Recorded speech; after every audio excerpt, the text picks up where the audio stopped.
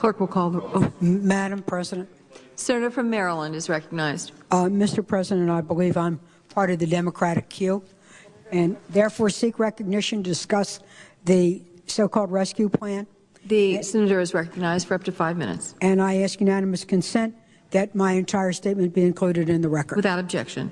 Thank you very much, Madam President. Well, Madam President, I'm here to talk about this rescue plan. And regrettably, a rescue plan is needed because I'm afraid that if we do not act today and we do not act with resolve, that our economy could come to a crashing halt. I'm afraid about massive layoffs. I'm afraid about small business folding, and I'm worried that retirement and pension funds could shrink.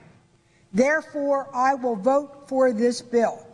But know that, like the taxpayers, I know that they're angry and mad as hell, and so am I. We all agree that greed on Wall Street and a lax regulatory practices of this administration got this into this mess. Taxpayers who played by the rules are asking tough questions. And what are their questions? Barbara, what did you do to prevent us from getting into this? What are you going to do to make sure it doesn't happen again? And what are you going to do to make sure that heads roll? Well, let me tell you this. Heart and soul, I'm a regulator and a reformer. Time and time again, we've seen the consequences of a lax regulatory culture and very wimpy enforcement.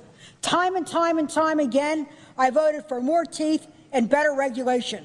I voted for regulation and more teeth in the Consumer Product Safety Commission to get the lead paint out of toys and the lead out of the bureaucracy. I voted to strengthen FDA regulation to make sure it didn't approve dangerous drugs. I also worked to stop predatory lending and flipping in the mortgage market.